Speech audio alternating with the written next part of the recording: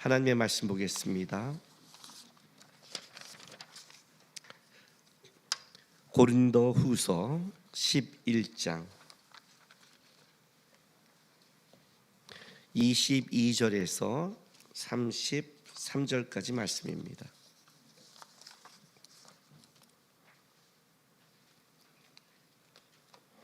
고린도후서 11장 22절에서 33절까지 우리 한 절씩 교독하겠습니다.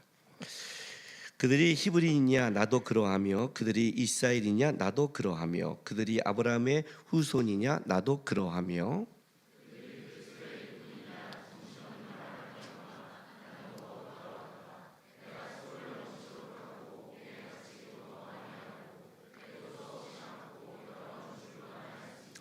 유대인들에게 40에 하나 감한 매를 5번 맞았으며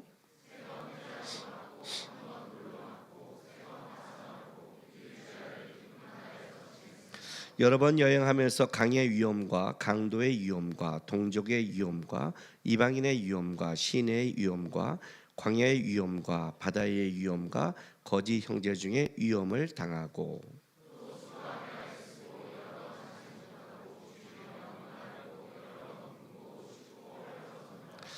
이외의 일은 고사하고 아직도 날마다 내 속에 눌리는 일이 있으니 곧 모든 교회를 위하여 염려하는 것이라.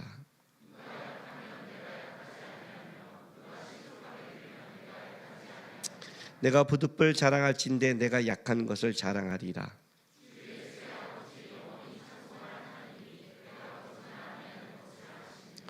다메섹에서 아레다 왕의 고관이 나를 잡으려 다메섹성을 지켰으나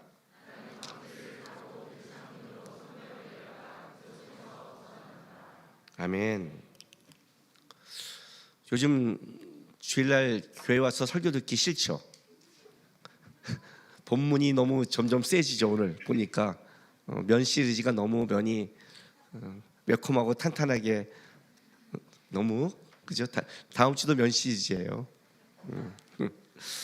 오늘 또 본문의 제목이 만만치 않아요. 그렇죠? 권위 있는 신앙을 가지려면 또 만만치 않는 거예요. 여러분 권위가 있는 것과 권위적인 건 다르죠. 그렇죠? 권위가 있다는 것은 진짜 그걸 가진 거고 권위적이라는 것은 없는데 있으려고 애쓰는 거죠. 그러니까 힘이 들어가는 거죠. 근데 꼭 권위가 있어야 될까요? 이렇게 말을 해요. 여러분 신앙에 있어 권위가 얼마나 중요한 줄 아십니까? 사도행전 19장 한번 볼게요. 사도행전 19장 11절에서 16절. 사도 바울이 에베소에 가서 복음을 전하고 있는데 자 11절부터 읽어줄게요. 하나님이 바울의 손으로 놀라운 능력을 행하시게 하시니 심지어 사람들이 바울의 몸에서 손수건이나 앞치마를 가져다가 병든 사람에게 얹으면 그 병이 떠나고 악기도 나가더라. 이에 돌아다니며 말수라는 어떤 유대인들이 시험 삼아 악기 들린 자에게 주 예수의 이름을 불러 말하되 내가 바울이 전파하는 예수를 의지하여 너희에게 명언을 하더라. 유대의 한 제사장 스게와 7 아들도 이 일을 행하더니 악기가 대답해 이르되 내가 예수도 알고 바울도 알거니와 너희는 누구냐 하며 악기 들린 사람이 그들에게 뛰어올라 눌러 이기니 그들이 상하여 벗은 몸으로 그 집에 도망하는지라라고 이제 이 말씀이 나오는 거예요. 우리가 종교생활과 신앙생활의 차이점이 뭐냐면 신앙생활이라는 것은 영적인 하나님이 살아계시고 실제 우리를 공격하는 악한 영들, 귀신의 세계도 있다고 믿는 겁니다. 그냥 우리가 앉아서 윤리도덕으로 착하게 살면 그걸 신앙이라고 생각하지 마시고 그 종교생활인 겁니다. 이게 언제 들어가냐면 영적 세계와 부닥칠 때 들어가는 겁니다. 영적 세계는 속일 수가 없습니다. 말로나 어떤 행동으로 내가 신앙인 것 같지만 어떤 영적인 사건이 한번 벌어지기 시작하면 그 영적 사건은 권위의 문제가 들어가는 겁니다. 그렇죠? 저렇게 하면 되네? 저렇게 하면 좋네? 그리고 했는데 뭐예요? 스게와 7 아들이 귀신이 이렇게 말하는 거예요. 야 내가 예수도 알고 바울도 아는데 너 누구야? 그래요. 그 이름을 빌린다고 돼? 속일 수 없어. 우리가 지금 신앙생활하는 게 어떤 세계냐면 영적 세계를 갖고 있는 거예요, 여러분. 이 세계 속에는 영적인 권위가 있어야 돼요. 이거는 언제 드러나냐면 여러분 이게 삶 속에 안 드러나요. 어느 영적인 사건이 벌어지기 시작할 때 드러나기 시작하는 거예요. 그때 그 영적인 권위를 가진 자와 권위가 없는 자가 따라 그의 삶과 가정과 모든 일에 달라지는 거예요. 제가 우리 영적 전도 가르칠 때 하는 예화가 있어요. 영적 전도 가르치는 예화, 그 LT에서 하는 예화가 있어요. 나중에 LT 드릴 때 다시 한번 들으세요. 우리나라의 유명한 목사님이세요. 웬만하면 좀 잊혀졌지만 아는 사람들은 알고 있는 유명한 목사님이세요. 그 목사님이 청년들을 데리고 전도여행을 떠났어요. 전도여행 가고 있는데 어느 집 앞에 귀신 들린 여자가 있는 거예요. 어떻게 해요? 전도여행 중이니까 복음을 전하는 중에 만난 사건이잖아요. 그러니 모여서 찬양하고 선포했어요. 예수의 이름으로 귀신아 물러가라. 그랬더니 그 여자가 들린 귀신 여자가 그 목사님이 선포를 딱 들었더니 씩 웃는 거예요. 그리고 이렇게 말했어요. 목사님한테, 야, 너 아직 멀었어. 내가 너 서울에서도 봤어. 너 더 배우고 와. 그러더래요. 여러분 저하고 만약 어디 선교여행 갔는데 제가 예수 이름으로 올라가라 그랬더니, 야 김남국, 너 목소리만 컸지 너 아직 멀었어. 더 배우고 와. 그러면 이제 어떻게 되는 거예요? 우리 성도도 어떻게 되는 거예요? 에이씨 목소리만 컸잖아. 여러분 안 두려우세요? 저는 어렸을 때 기도원 다닐 때 이런 귀신들의 쫓아내는 것과 겪은 걸 굉장히 많이 봤어요. 실제 전도여행 중에도 저는 이걸 경험했어요. 우리가 너무 쉽게 교회 와서 예배대로 이렇게 살아가는 것을 그냥 종교 생활에 젖어 있고, 그러면서 영적인 권위가 무너지고 있으니 자기 집안에 어떤 영적인 사건이 벌어져도 어떻게 해결할지 모르고 어떻게 기도할지 모르고 어떻게 싸울지 모르는 거예요. 휩쓸려 가죠. 왜? 신앙생활이 윤리 도덕이 됐으니까. 그죠? 그 목사님이 딱 그렇게 말한 거예요. 그 목사님이 딱 당하니까 뭐라고 그래요? 목사님이 이렇게 말했어요. 그 귀신 들린 사람을 향해서, 맞다. 내가 다시 서울에 가서 배운다 해도 나는 부족할 거다. 난 모자랄 거다. 그래 내가 너에게 다시 명한다. 나 말고, 이런 나 말고, 이런 부족한 나 말고, 이런 나를 구원하시고 이런 나를 붙잡아 주시고 이런 나의 주인 대신 예수 그리스도의 그분의 이름으로 내가 너에게 다시 명한다. 물러가라. 해도 물러갔어요. 뭘 본지 아세요? 그 사람이 자기를 근거로 살고 있느냐, 영적 권위자인 예수를 붙잡고 있느냐를 본 거예요. 사단은 거기를 공격해요. 여러분 제가 맨날 여러분에게 이거 가르치잖아요. 하나님, 사단, 사람. 하나님과 사단과 싸우면 누가 이겨요? 백전백승. 그죠? 사단과 사람이 싸우면 사단이 백전백승. 사람이 사단을 이기면 하나님을 붙잡아야 되잖아요. 그렇죠? 그러면 사단은 사람과 싸워서 이기는데 사람을 뭘 공격하겠어요? 하나님과 사람의 관계를 깬다고 그랬잖아요. 관계만 깨지면 하나님 못 잡으면 어떻게 돼요? 마음대로 할 수 있으니까. 그래서 어디를 건든다고요? 여러분이 하나님 놓칠 수 있는 그 부분, 명예면 명예, 돈이면 돈, 자식이면 자식, 예? 자존심이면 자존심, 기질이면 기질, 다 건든단 말이에요. 다 건드려서 하나 걸리면 집중 공격을 해요. 그 바보짓 하는 거예요. 여러분이 우리의 싸움은 혈과 육이 아니에요. 근데 혈과 육을 부리는 순간 사단이 딱 체크하는 거예요. 아, 걸렸어. 제일 무식한 기도가 이거라고 그랬죠. 하나님, 나 이거 안 해주면 나 교회 안 나가. 아주 광고를 내요 사단한테. 사단이 그래, 오호, 저기 건드면 안 한대. 사단이 그래, 공격하자. 그 다음부터는 사단이 공격하는 거지, 여러분이 사단이 공격하도록 약점을 보여준 거예요. 예? 권투 선수가 지금 권투 하는데 여기 턱이 약간 다쳤어요. 근데 소문 내는 거예요. 야, 나 턱 다쳤으니까 때리지 마. 바보 아니에요? 우리의 세계가 지금 어떤 세계인지를 모르는 거예요. 영적 권위라는 것은 딱 하나밖에 없어요. 하나님만이 오직 유일한 권위자예요. 우리에게는 권위가 없단 말이에요. 그럼 우리가 할 수 있는 건 뭐예요? 권위자를 붙잡는 것밖에 없어요. 예, 그거를 뭐라고 표현하냐면 이렇게 표현하는 거예요. 권위 있는 신앙을 가지려면, 그러니까 내가 내 삶 속에, 가정과 어떤 삶 속에, 어떤 일 속에 사단에 끌려가는 권위를 가지려면 그 속에 하나님이 형통과 은혜가 벌어지거든요. 그 권위를 가지면 첫 번째 원칙이 권위 있는 하나님을 경외하라예요. 그거밖에 없는 거예요. 하나님을 딱 경외했을 때 어떻게 돼요? 그때 내 안에 하나님의 권위가 흘러가는 거예요. 그래서 이 싸움이 어려운 거예요.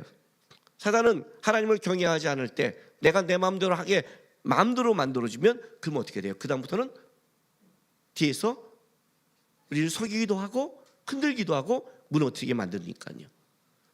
그래서 어떤 일이 벌어질 때 첫 번째 사건이 뭐라고요? 하나님을 경외하는 싸움이에요. 그러면 하나님을 경외하는 게 뭘까요? 말로 경외한다고 그러잖아요. 사무엘상 24장 보세요. 하나님의 마음에 합한 자, 그죠? 다윗. 24장 1절에서 7절 제가 쭉 읽어줄게 들어보세요.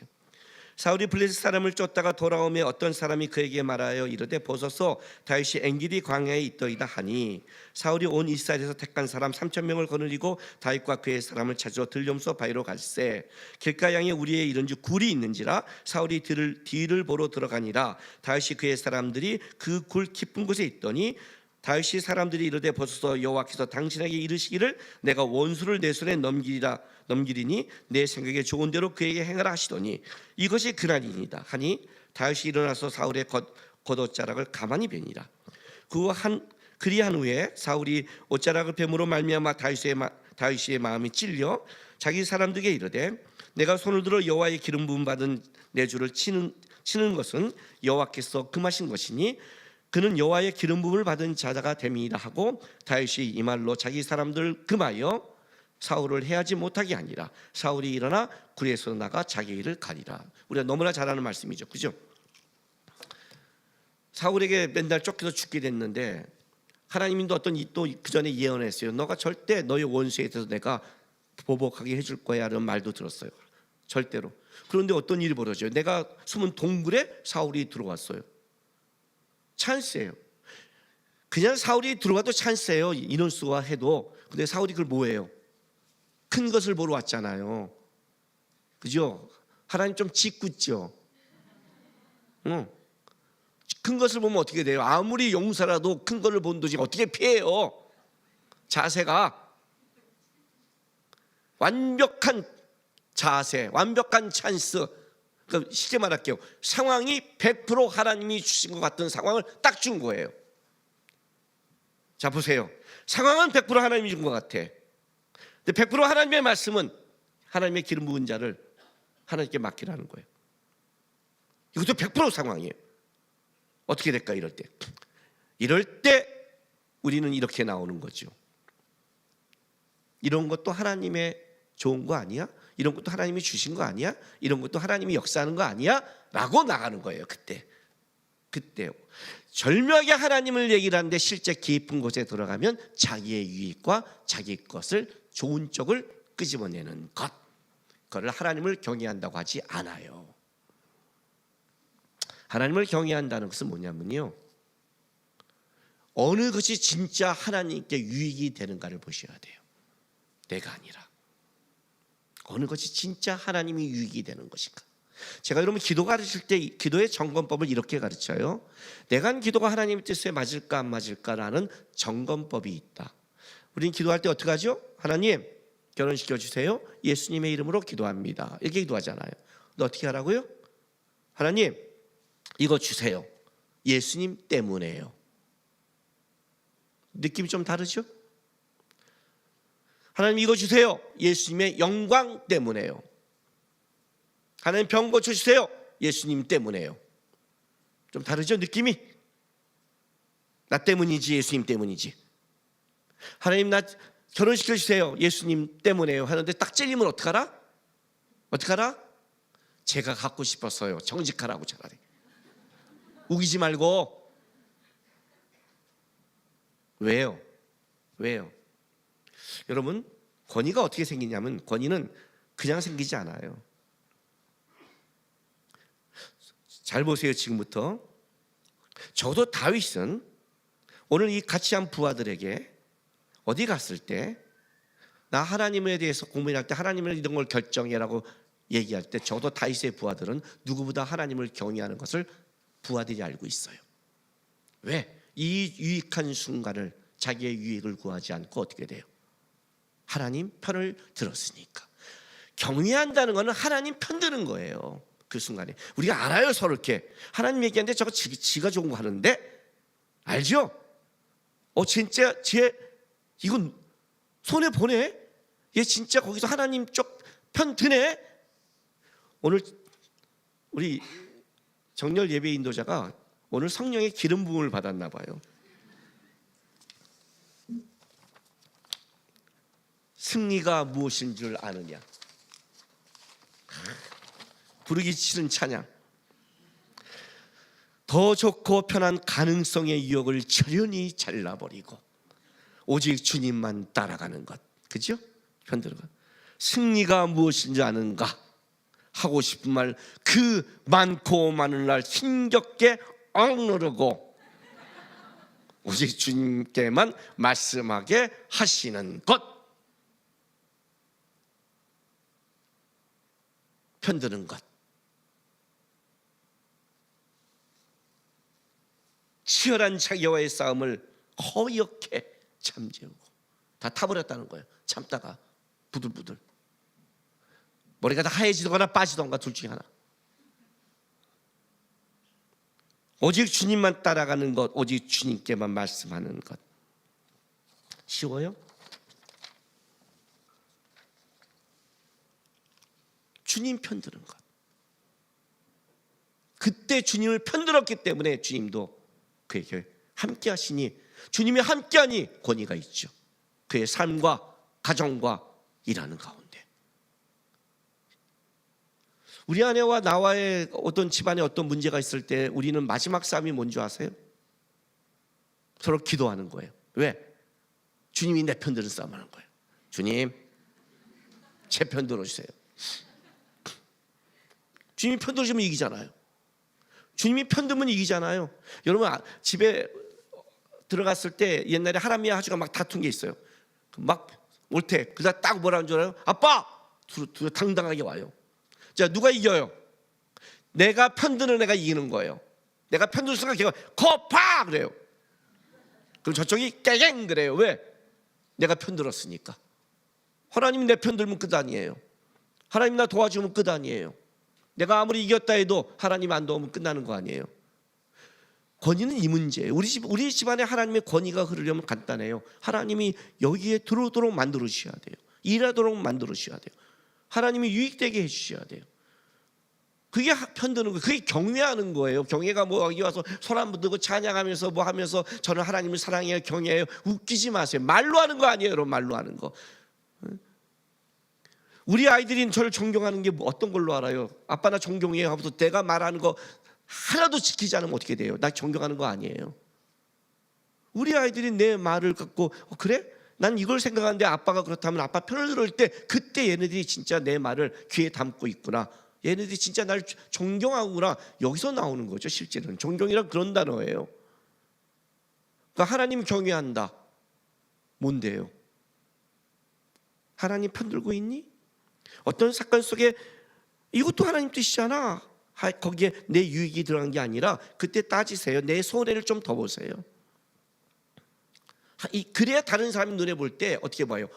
쟤는 진짜 하나님 편들에 권위가 생기지. 이렇게 하는 것면서 결국 자기의 이익을 가면 쟤 하나님 가지고 자기 유익 차지네. 그래서 권위가 없는 거예요. 권위의 첫 번째는 권위자이신 하나님을 편드는 사람. 그래서 여러분 있잖아요. 하나님이 누구에게 일을 맡길 때 원칙이 하나 있어요. 순종할 때. 자, 찾아봐요. 디모데전서 1장 12절.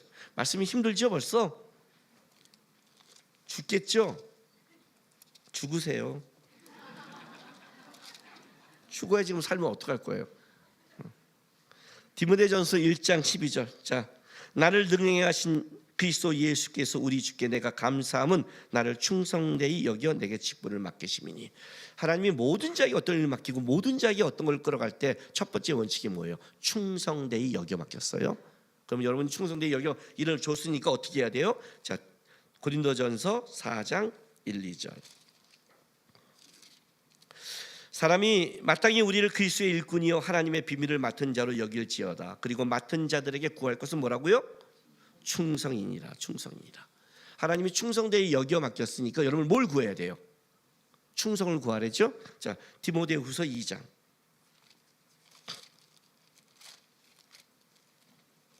1, 2절. 내 아들아, 그러므로 너는 그리스도 예수 안에 있는 은혜 가운데 강하고 또 내가 많은 증인 앞에서 내게 들은 바를 어떤 사람들에게 충성된 사람에게 부탁하라. 그들이 또 다른 사람들을 가르칠 수 있으리라. 뭘 가르칠까요? 충성을 가르치겠죠. 그죠? 충성이 뭘까요?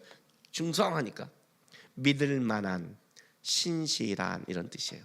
이거죠. 하나님이 나에게 어떤 것을 맡길 때 믿을 만해서 맡긴 거예요. 너라면 너의 유익과 너의 것을 드러낸 게 아니라 너가 그 자리에서 나를 드러낼 걸 내가 믿고 맡긴다. 너라면. 그럼 난 뭘 구해요? 하나님, 믿을 만한 사람이 되게 하십시오. 내가 그 자리에서 내 거를 드러내는 게 아니라 주님 거를 드러내는 믿을 만한 사람이 되기를 원합니다. 그리고 어떤 사람에게 일을 맡겨라? 하나님을 더 드러내는 믿을 만한 사람에게 맡겨라. 그러면 그가 그런 거를 가르칠 거다. 어떤 일을 할 때 하나님에게 유익이 된 건지 너에게 유익이 된 것을 가르칠 것이다. 원리가 능력도 아니고 아무것도 아니에요. 여러분이 지금 어떤 가정과 모든 걸 하나님이 맡겼고 자녀를 맡겼고 부모가 됐다는 건 뭐예요? 이 자녀를 영혼을 줄 때 하나님이 이렇게 주는 거예요. 믿을 만해서 줬다는 거예요. 여러분의 자녀 아니에요. 어떻게 해야 돼요, 여러분? 하나님 앞에 하나님 편드는 사람 돼야죠. 믿을 만한 사람 돼야죠. 믿을 만하게 애를 키워야죠. 그 애가 그렇게 믿을 만한 사람으로 자라서 다른 사람을 또 가르칠 수 있는 사람이 되게 해야죠. 이게 원리예요.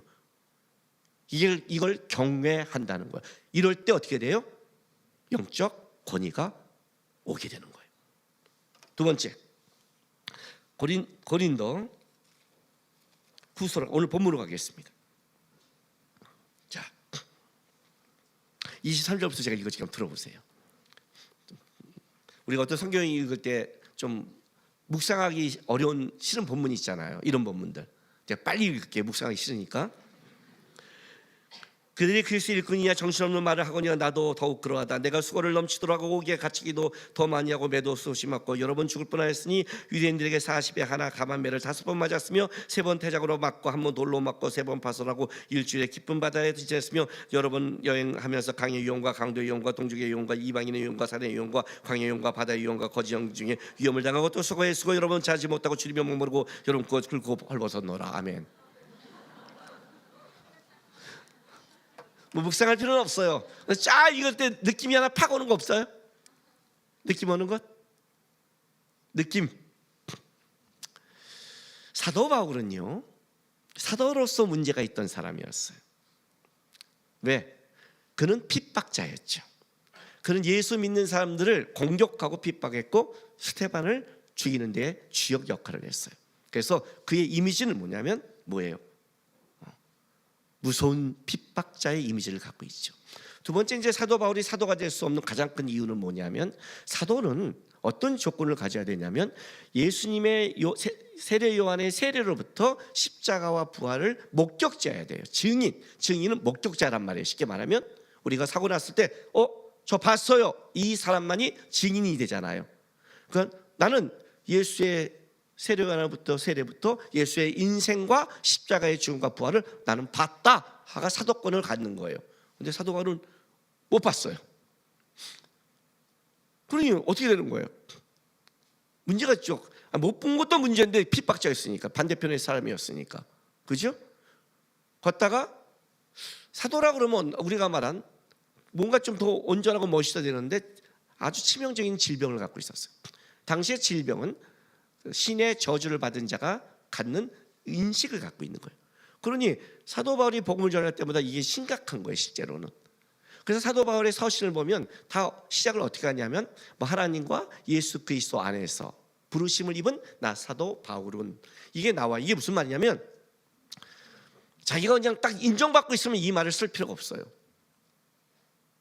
근데 인정을 못 받으니까 아니 나 정식 맞아를 먼저 얘기해야 돼.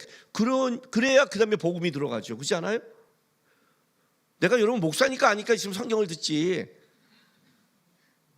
내가 여기 지금 스님 딱 복을 입고 있으면 어떻게 될 것 같아요? 제가 유튜브 한번 이거 할까 고민하고 있었던 게 있어요. 봉변 스님. 제가 또 가면 딱 쓰면요 설법도 잘해요. 그 봉변 스님으로 쫙 설법하다가 맨 마지막에 예수 믿었습니다 딱 회개하고 마무리하는 주님께 영광을 유튜브 한번 할까? 뭐 이렇게. 그지? 아무리 스타일이 그래도 응? 저기서 한복 안 입잖아요. 어디? 특히 회색 절대 안 입잖아요. 회색 절대 안 입어요. 외국 나갈 때도 편하게 입어도 회색은 절대 안 입어요. 혹시 동남아 알잖아. 이렇게 인사할까봐 절대 안 한단 말이죠. 목사니까 늦죠. 목사니까 이게 되는 거란 말이에요. 근데 사도 바울은 딱 쓰면 너 맞아? 이 싸움을 대니 어떻게 될 것 같아요? 사도 바울은 너무 힘든 거예요. 사도 바울은 맨날 이걸 증명을 해요. 근데 사도 바울이 나중에 그 사도로서의 권위를 어떻게 가진 줄 아세요? 이게 증명하지만 어떻게 가질까요? 지금 내가 여러분에 읽어준 거예요.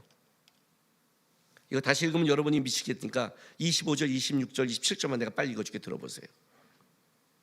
25절. 세 번 태장을 맞고 한 번 돌을 맞고 세 번 파산하고 일주야에 기분 받아지며 여러 번 여행하면서 강도의 용과 강의 용과 강도의 용과 동족의 용과 이방의 용과 시대의 용과 광야의 용과 바다의 용과 거정직의 위험을 당하고 수고에 수고 여러 번 자고 자지 못하고 줄이며 목마르고 여러 번 굽고 춥고 헐벗었노라 라고 말하는 거예요. 누구 때문에? 예수님 때문에. 이 정도 살았으면 인정하지 않겠어요? 아무리 핍박자였다 해도 이 정도 삶 속에서 하나님을 위해 보여줬으면 누가 그를 인정하지 않아요? 너 나만큼 살아봤어? 나만큼 예수님이 이렇게 위험 당하며 고난당하면서 인생을 들여봤어? 내가 아니라고? 입의 문제가 아니라 내가 아니라고? 하나님의 뜻과 그리스도 예수 안에 부르심 받은 나 사울은 얘기했는데 아무 살질 않고 와서 말로 한다면 누가 그를 인정해요? 네가 전에 어떻게 살았는데? 내 사도 바울이 이렇게 말하는 거예요. 내 삶을 봐. 내가 옛날 핍박자의 삶을 보니 그러나 내가 예수를 위해서 어떤 위험을 당하고 어떤 고난을 당하고 어떻게 살아온 거를 내 삶을 봐. 두 번째, 행함이 삶이 될 때 권위가 돼요. 주님 우리의 권위를 이렇게 드러내요. 여러분 제가 여러분에게 요즘 면 시리즈 설교하면서 기억나세요? 행동이 열매다. 기억나십니까?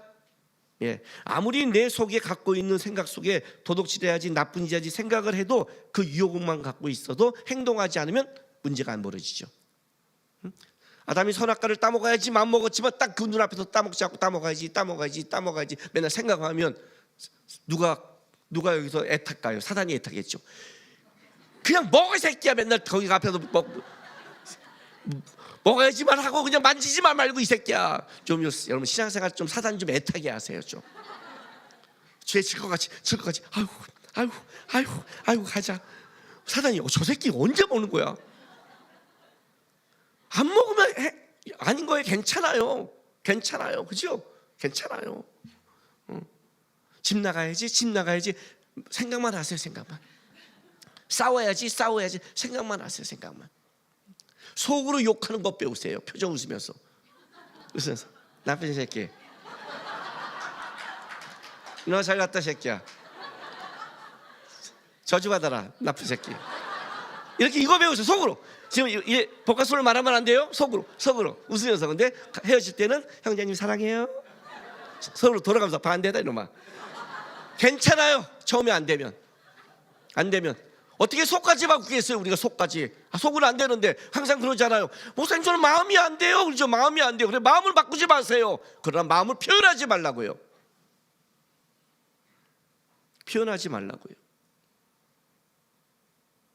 행동하지 않으면 열매가 없어요. 근데 중요한 게 있어요.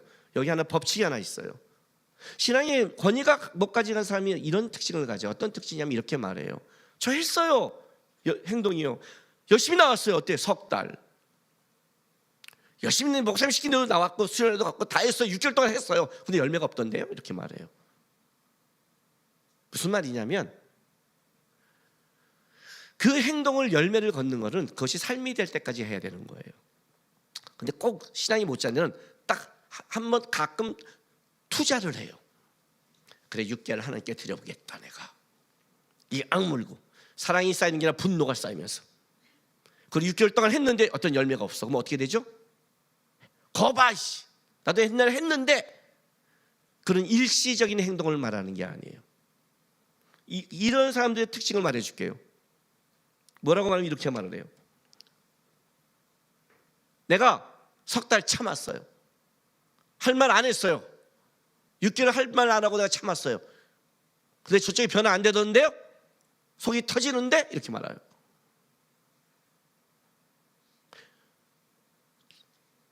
진정한 열매는 내 6개월의 기도를 통해 상대가 변하는 게 아니라 내가 변하는 거예요. 나 화 참았어가 아니라 화가 사라지는 거예요. 내가 깨끗해지는 거예요. 내가 깨끗하니 하나님이 나와 동거하고 함께 가는 거죠. 그게 변화인데, 그게 삶이 됐는데, 야 이제 화도 안 나. 옛날에 화를 참았는데 이제 화도 안 나. 참다 보니까 화가 화나서 나갔나 봐. 이해가 돼요? 그게 삶이 돼야 되는데, 우리는 삶이 된 게 아니라 일시적인, 그래 행동이 열매래, 열매 걷자. 행동은 잠시 참아. 이렇게 말해. 석 달 참았어요. 6개월 참았어요. 그게 문제라고요. 아직도 이 부들부들 떨고 있는 게. 그러니 권위가 없죠. 사도 바울이 딱 변화도 안 되면 어떻게 살았는데요? 예수를 위해 쭉 살아가요. 그죠? 오늘 보세요. 한 개가 아니에요. 한두 개가 아니에요. 이걸 보세요. 이것만 끝나요? 아니에요. 여기서 끝나지 않아요. 28절 보세요. 이외에 이런 고사고 아직도 날마다 내 속에 눌리니 있으니, 지금도 눌리고 있대요. 뭐예요? 모든 교회를 위하여 염려하는 것이라. 누가 약하면 내가 약하지 않으면, 누가 식욕하게 하면 내가 애타지 않겠느냐. 무슨 말이에요 여러분? 나 이제 나 때문에 열받고 나 때문에 화내지 않나요? 교회가, 하나님의 일이, 믿음의 가정이 무너지는 것. 집에서 분노한 다음에 한번 점검해 보세요. 나의 옳음으로 가정이 무너지는 것이 과연 옳은 것인가? 내가 항상 하는 말이지만, 부부끼리 증명해서 이기면 어쩌려고. 잘하셨어요. 남편을 쪼다 만들어서. 잘했어요. 아내를 바보 만들어서. 좋으시겠어요. 아주 그냥 자기 지 몸인데 지 몸도 모르고. 지 몸 바보 만들면 좋으세요? 아니잖아요. 바보짓하고 있는 거예요. 어떻게 돼야 된다? 행동이 삶이 될 때까지. 그럼 권위를 가져요. 아, 저 사람 진짜 변했구나. 그의 말에는 권위가 있고, 그의 말에는 역사가 있고, 그의 말에는 하나님이 일하심이 있어요. 그래서 행동이, 어쩌다 가끔 일시적인 행동을 하지 마시고 어떤 행동하라? 내 삶이 될 때까지. 오늘 이 사도 바울의 고백죠. 이 사도 바울이 이 얘기 딱 하는 순간, 이렇게 못 사는 사람은 끝이에요. 내가 옛날에 불교를 믿으면 어떻고, 내가 옛날에 하나님 앞에 반역하면 어때요? 너 옛날에 반역했잖아. 지금 내가 하나님을 위해서 살고가 있는데 내가 어떻게 아니야 라고 말한다면 누가 거기서 말을 해요? 맞아. 그게 권위가 되죠. 하나님 앞에서도 당당한 거예요. 하나님 앞에서도. 예. 여러분, 어떤 문제가 생길 때 이걸 갖고 참으세요. 여태까지 해온 삶이 이 한 방의 분노로 무너뜨리지 말자. 다시 원위치로 돌아가지 마세요. 삶의 열매를 맺을 순간에 다시 한번 지랄해갖고, 아이고 처음으로 다시 돌아갔네. 시간의 무서움, 한번 저지르면 돌이킬 수 없다. 여기 승리처럼 허옇게 타버리면서 집에 가서 부들부들 떨고 땅을 치고 벽을 치고 우세요. 차라리 죽여버릴걸 하면서 우세요 그냥. 근데 하나님 앞에서 그렇게 울고 넘어가면 여러분은 뭐예요? 또 삶을 만드신 거예요. 그런 자만이 권위를 갖는다. 세 번째, 창세기 22장으로 갑니다.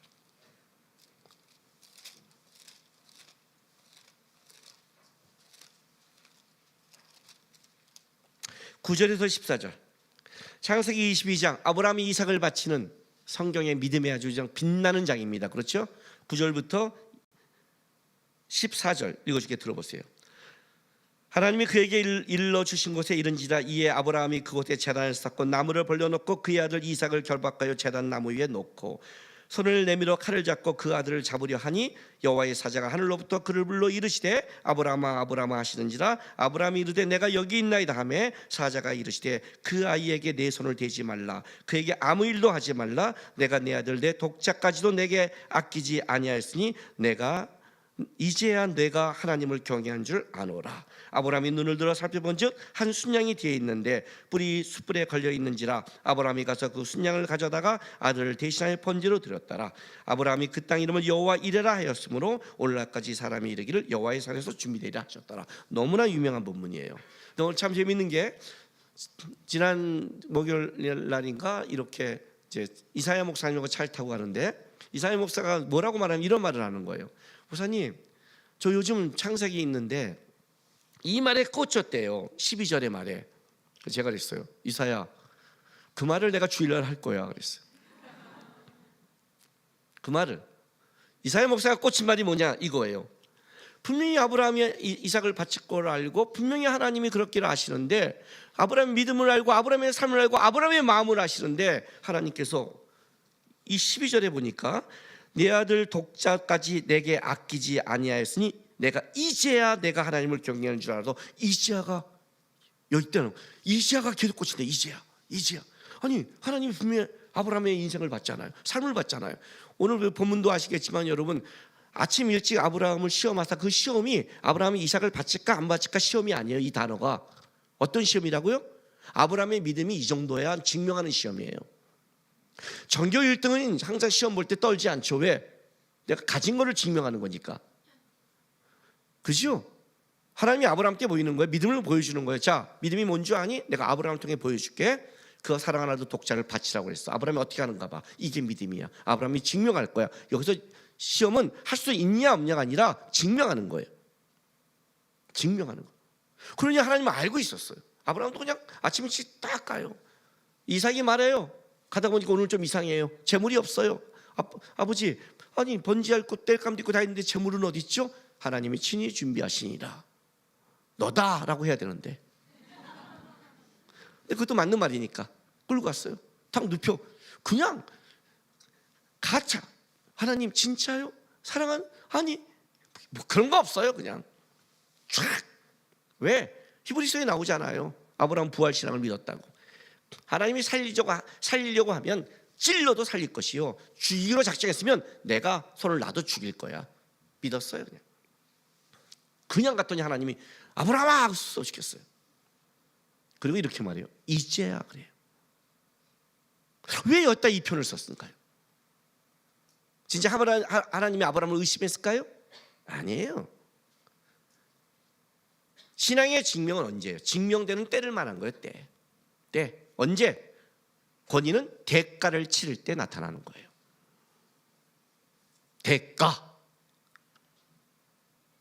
대가를 치지 않는 사람은 권위가 나타나지 않는다.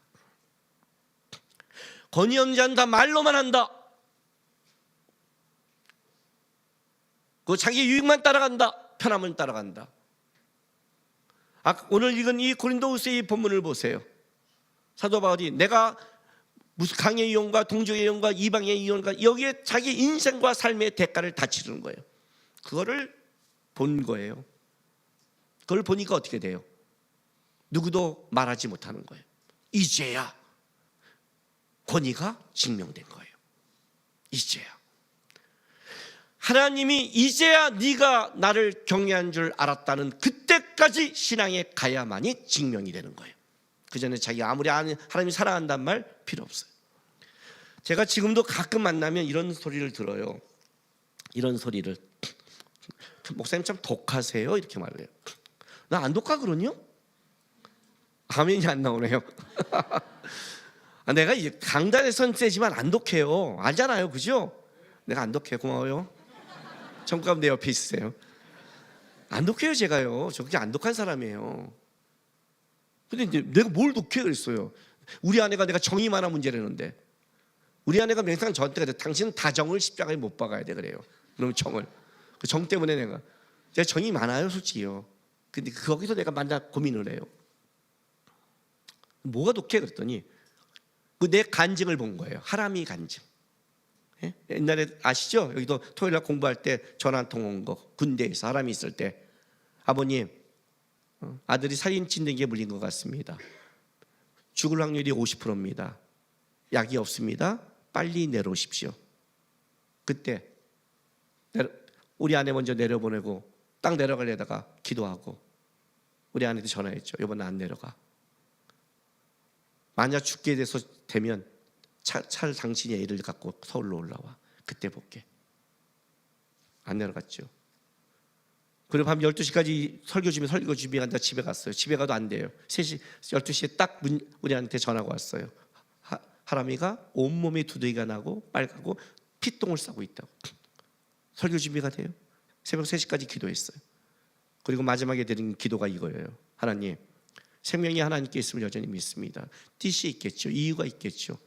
하나님이 만약에 나에게 그 아픔을 가지러 간다면 그렇게 가겠습니다. 하나님의 뜻에 순종하겠습니다. 그리고 저는 말씀을 준비하겠습니다. 하나님 뜻대로 하십시오 하고 했어요. 그래도 어떻게 안 내려가니에요? 내가 내려가도 어떤 방법이 없기에 나는 하나님의 일을 열심히 하면 하나님이 하시길 그냥 바라고 그냥 맡겨버렸다고 그랬어요. 맡겨버렸다. 복사 소가수에 나간 모든 내용을 전 인생을 다 겪었어요. 딱 하나, 자식을 잃지 않은 것만. 그것 빼고는 전 모든 걸 다 겪었어요. 인생 속에. 독하대요. 독하다고요? 저 독하지 않아요.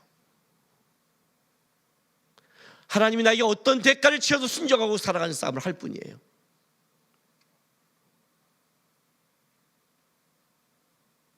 여러분 있잖아요, 기독교인은 이런 말이 나와야 돼요. 어떤 말? 나 예수님 때문에 너무 억울해. 나 예수 믿기 너무 힘들어. 나 예수님 때문에 할 말 못해. 이게 그리스도인이에요.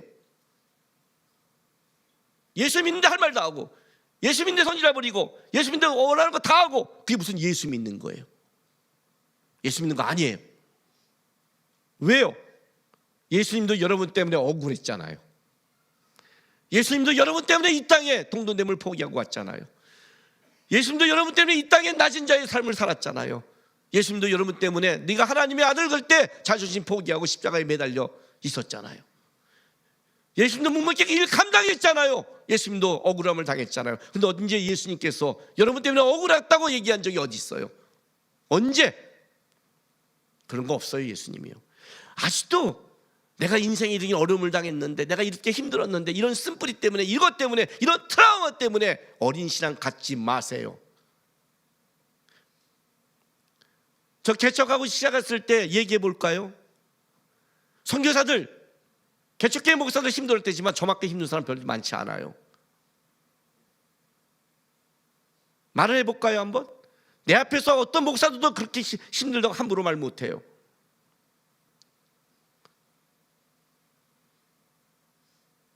그런데 제 우리 아내랑 생각해 보면 그렇게 힘들지만 않았어요. 왜요?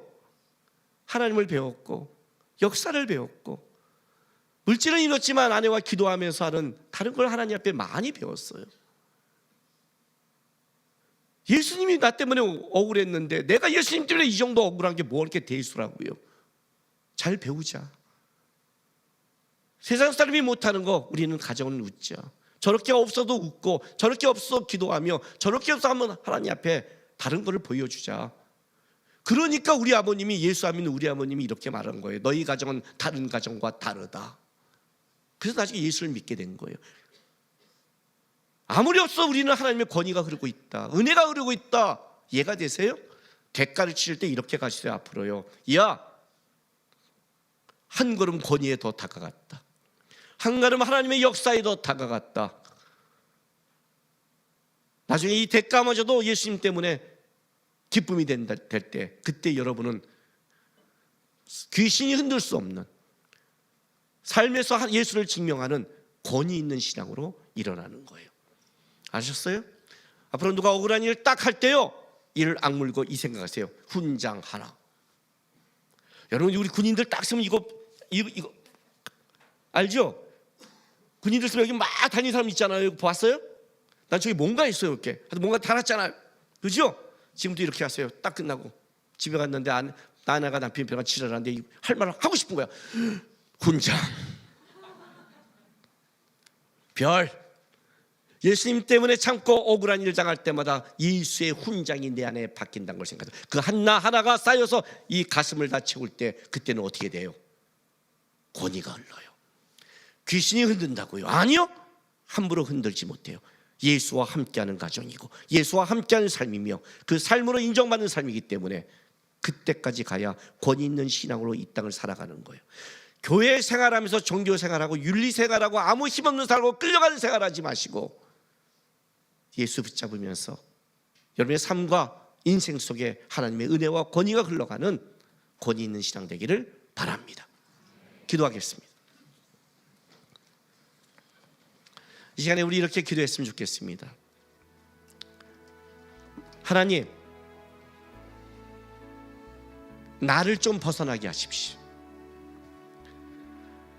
뭐가 좀 생길 때마다 내 인생, 내가 좋은 것, 내가 편한 것, 내 것에서 좀 벗어나게 하십시오.